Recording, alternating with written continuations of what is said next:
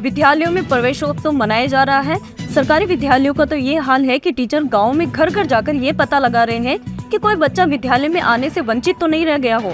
जब नए प्रवेश के लिए बच्चा राजकीय स्कूल जाता है तो वहाँ उनका शिक्षकों द्वारा कुमकुम का तिलक लगाकर एवं माला पहनाकर स्वागत करते हैं। लेकिन कुछ प्राइवेट स्कूल संचालकों की तो इतनी मनमानी है कि आरटीई के तहत प्रवेश के लिए लॉटरी द्वारा बच्चे का दूसरा नंबर आता है और जब बच्चे के अभिभावक डिक्की बाजार स्थित new royal children academy public school reporting व दस्तावेज जमा करवाने के लिए पहुँचे तो विद्यालय प्रशासन कहता है कि यहाँ तो सीटें पूरी हो गई है। ऐसा अभिभावकों का आरोप है। किसी अन्य स्कूल में अपने बच्चे का एडमिशन करवा लो। आखिर आरटीई प्रवेश के लिए निजी स्कूलों की मनमानी क्यों? सर, बच्चे का आरटी के अंदर एडमिशन हुआ है, new royal children academy public school डिग्गी बाज़ार के अंदर है। उसमें बच्चे का क्रमांक नंबर 2 है। लॉटरी में 2 नंबर पर उसका नंबर आया है और हम लोग विद्यालय में रिपोर्टिंग कराने के बाद वहाँ गए विद्यालय में, तो विद्यालय वाले हमें ये कह रहे हैं कि बच्चे का एडमिशन यहाँ हमारे यहाँ सीटें फुल हो चुकी है, आप किसी अन्य विद्यालय में रिपोर्टिंग करा दीजिए। जबकि आरटी के अंदर नियम ये है 5 स्कूलों में आप आवेदन करो और एक स्कूल में ही रिपोर्टिंग होगी। एक स्कूल में रिपोर्टिंग होने के बाद में वापस आप दूसरी स्कूल में रिपोर्टिंग नहीं करा सकते हो।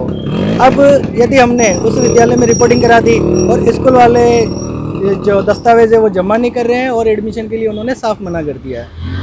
ऐसे कितने अभिभावक हैं? ऐसे सर कई अभिभावक हैं जिनके साथ निजी विद्यालयों की एक मनमानी चल रही है काफ़ी लंबे टाइम से। क्योंकि मैं मयूर स्कूल भी जाके आया था, मेरे खुद के बच्चे का भी मैंने फॉर्म भरा है। मयूर स्कूल भी मैं जाके आया, वहाँ बात करने गया तो मयूर स्कूल वाले ये कह रहे हैं कि हमने तो 3 साल हो गए आरटी पे स्टे लगा रखा है, याचिका पेश है कोर्ट में हमारी। अगर इस तरह के विद्यालय हैं जिनकी याचिका पेश है या स्टे लगा रखे हैं तो उनको सरकार को पोर्टल से हटा देने चाहिए ऐसे विद्यालयों के नाम, क्योंकि हम अभिभावकों को तो जानकारी नहीं है ना कि किस विद्यालय में एडमिशन पहले से हो चुके हैं या किस विद्यालय ने स्टे लगा रखे हैं या याचिका पेश कर रखी है। इस तरह की एक मनमानी चल रही है और आज से बच्चे का भविष्य का क्या होगा? क्या उसको एडमिशन नहीं मिलता तो फिर किस तरह का भविष्य रहेगा?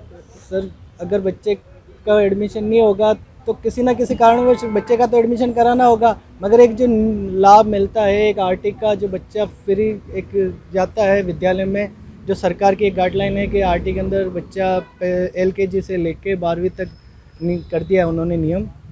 अगर नहीं होगा तो फिर किसी विद्यालय में तो एडमिशन कराना होगा। ये तो है नहीं कि भाई बच्चे को पढ़ाएंगे नहीं, मगर जब बच्चे का हक और अधिकार है और हक और अधिकार की लड़ाई के लिए ही आज हम कलेक्टर साहब को ज्ञापन देने के लिए अच्छा था कि आरटी के लिए गरीब परिवार के लोगों के लिए ये एक अच्छी सुविधा थी जिसमें बच्चे का फ्री एडमिशन हो जाता था, निःशुल्क पढ़ाई होती थी।